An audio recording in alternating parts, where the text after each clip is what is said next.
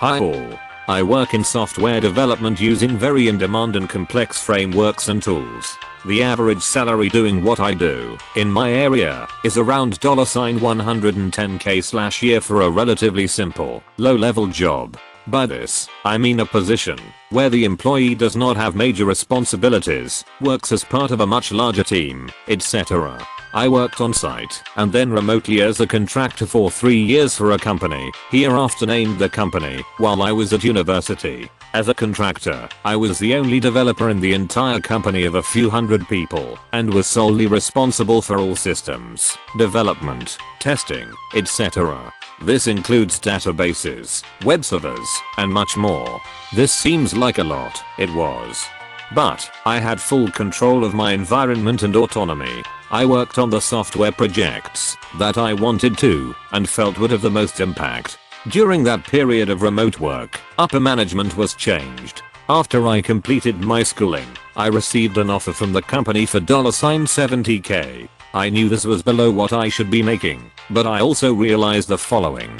I had full autonomy in my environment. I had some gaps in my skill set.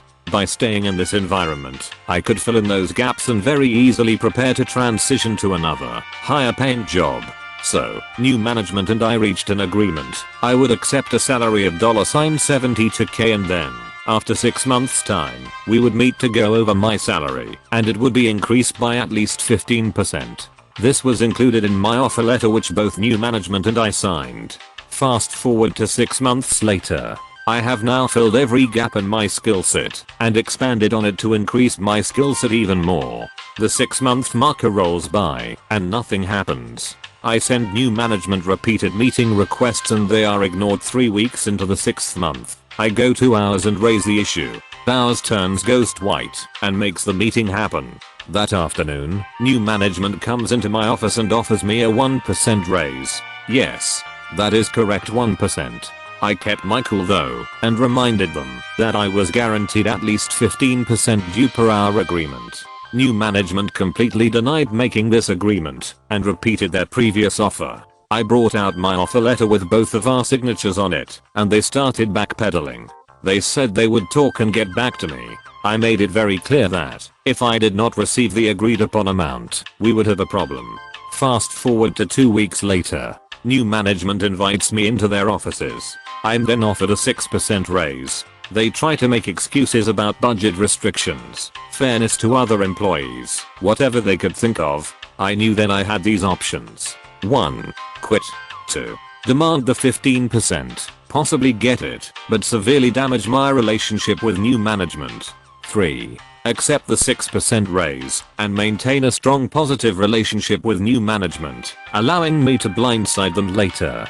The wheels in my mind spinning, I agreed to the 6% raise. At that moment, I decided what I would do. I would take the raise, use the remainder of my time there to look for another job, and leave. A few months passes, though, and my plan expanded. I begin implementing the most cutting-edge technology, using the most modern frameworks, upgrading everything I could as aggressively as I could. Of course, this provided immense benefit to the company.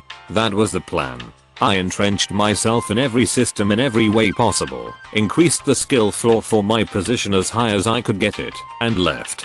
4 months after I accepted the raise of 6%, I accepted an offer for a salary of $130k at another company. I put my 2 weeks notice in at the company and all hell broke loose. New management knew they had messed up, and they were completely blindsided that I was unhappy with my position.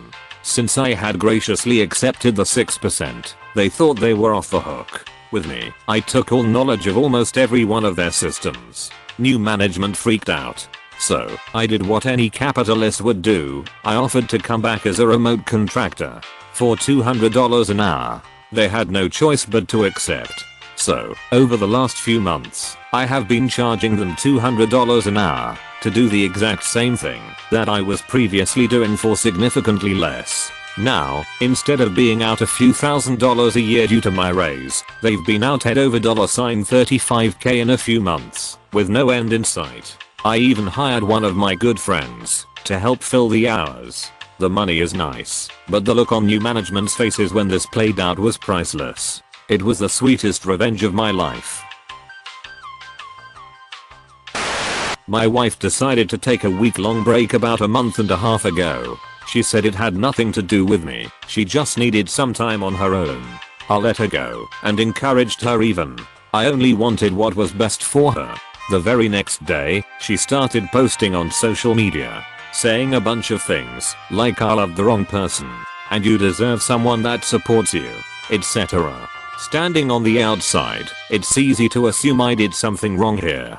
But honestly, I'm a romantic pussy. I gave 110% into making sure the love of my life had everything.